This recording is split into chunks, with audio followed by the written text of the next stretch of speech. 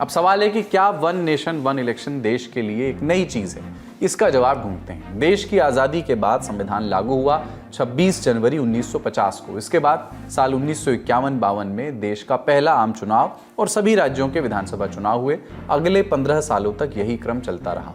इस क्रम में पहला अपवाद बना साल 1959। इस साल केरल की तत्कालीन नंबूदरी-पात सरकार को बर्खास्त करके राष्ट्रपति शासन लगा दिया गया और अगले विधानसभा चुनाव हुए साल 1960 में। असल में यहाँ एक साथ एक चुनाव का क्रम भंग हुआ था, लेकिन इसे अपवाद माना गया। फिर साल 1962 और 1967 में एक देश एक चुनाव का क्रम चलता रहा, राज्यों के चुनाव एक साथ होते रहे। फिर साल 1968 और 1969 में कुछ राज्यों की विधानसभाएं कई कारणों से भंग हो गईं और फिर 1970 में लोकसभा भी भंग हुई और समय से पहले आम चुनाव हुए थे और यहाँ से चुनाव अलग अलग होने लगे। बीच में एक मौका आया जब चुनाव आयोग ने इस टूटे क्रम को दुरुस्त करने की कोशिश की थी।